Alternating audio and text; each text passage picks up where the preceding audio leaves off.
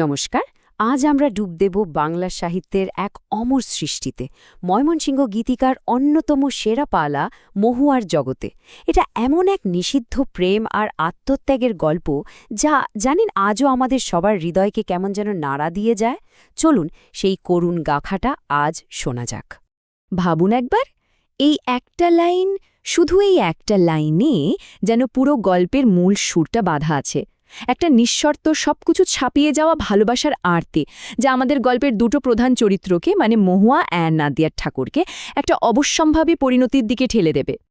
তো গল্পের গভীরে যাওয়ার আগে চলুন প্রথমে একটু চিনে নেই আমাদের এই গল্পের নায়িকাকে, মানে মহুয়াকে, আর তার চারপাশের জগৎটা ঠিক কেমন ছিল সেটাও একটু দেখে নেওয়া যাক। এই যে অসাধারণ পালাগানটা, এর স্রষ্টা হিসেবে কবি দ্বিজ কানাইয়ের নামই পাওয়া যায়। আসলে ময়মনসিংহ গীতিকার অংশ হিসেবে এটা তো মানুষের মুখে মুখে ফেরা একটা গল্প, একটা মানবিক আখ্যান, যা এক প্রজন্ম থেকে আরেক প্রজন্মে যুগ যুগ ধরে টিকে আছে।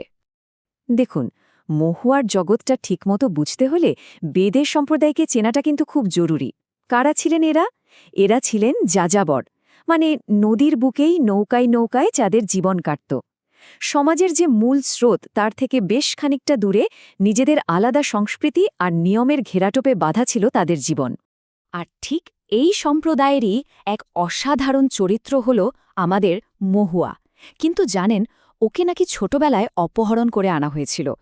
দলের যে সর্দার হুমরাবদ্দী, সে ওকে নিজের মেয়ের মতনই ভালোবাসা দিয়ে বড় করেছে ঠিকই, কিন্তু তার সাথে শিখিয়েছে যাযাবর জীবনের সব রকম কৌশল আর ছলচাতুরি।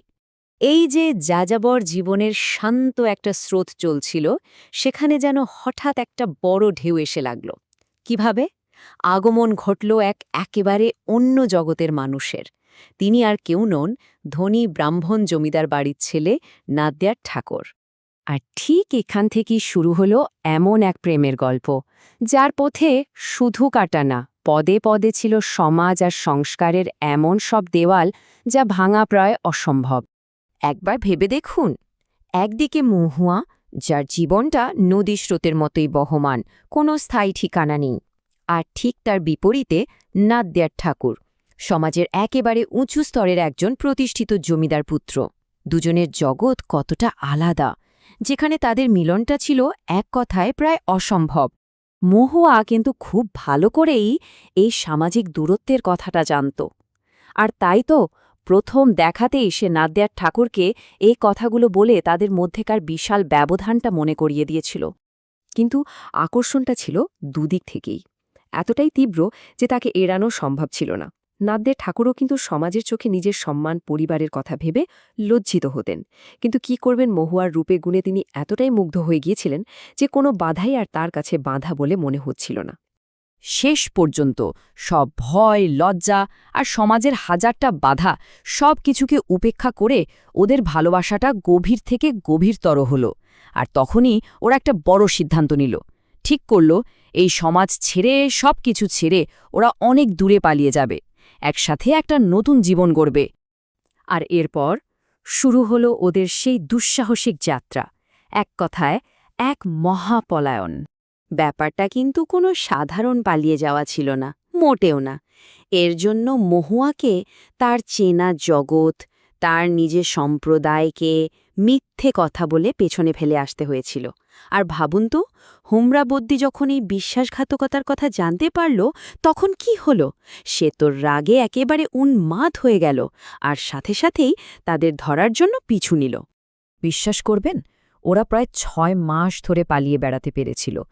এই 6টা মাস, শুধু এই 6 মাসে ছিল ওদের জীবনের একমাত্র স্বাধীনতার, একমাত্র মুক্তির সময়, যখন সমাজ বা হুমরাবদ্দীর ভয় কিচ্ছু ছিল না, শুধু ছিল একে অপরের জন্য মন খুলে ভালোবাসা। কিন্তু এই সুখের সময়টা খুব বেশি দিন টিকল না। আর এবার আমরা গল্পের সবচেয়ে করুণ, সবচেয়ে মর্মান্তিক অধ্যায়ে ঢুকতে চলেছি।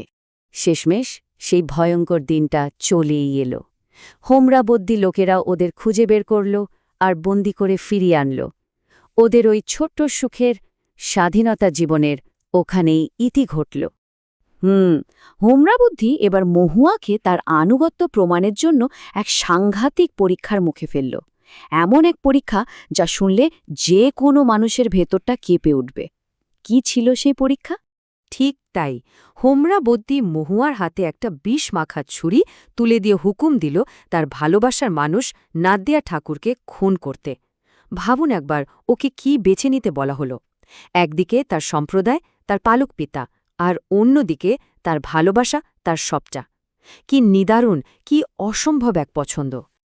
আর সেই চরম সংকটের মুহূর্তে মহুয়া এমন একটা সিদ্ধান্ত নিল যা ওকে লোককথার ইতিহাসে চিরদিনের জন্য অমর করে রেখেছে। ও তার ভালোবাসার মানুষের বুকে ছুরিটা বসাল না, তার বদলে সেই বিষাক্ত ছুরিটা ও নিজের বুকে বিদ্ধ করল। বিশ্বাসঘাতকতার চেয়ে মৃত্যুকে বেছে নিয়ে মহুয়া দেখিয়ে দিল ভালোবাসার জন্য সে কোন চরম সীমায় যেতে পারে। মহুয়ার শরীরের মৃত্যু তো হল, কিন্তু তার গল্পটা কি এখানেই শেষ? না, একদমই না। বরং বলা যায় ঠিক এখান থেকেই শুরু হলো তার কিংবদন্তি হয়ে ওঠার আসল যাত্রাটা। এই পালা গানটার পাঠ পরিচিতি পড়লেই বোঝা যায় এটা শুধু একটা প্রেমের গল্প নয়, এটা তার চেয়ে অনেক বড় কিছু। এটা মানবতাবাদের এক অসাধারণ দলিল।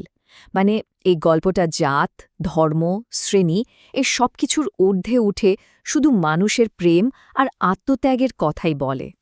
তাহলে এই পুরো গল্পটা থেকে আমরা ঠিক কি পাই? প্রথমত, প্রেম আর সমাজের মধ্যে সেই চিরকালের লড়াইটা। দ্বিতীয়ত, ভালোবাসার জন্য সর্বোচ্চ আত্মত্যাগ।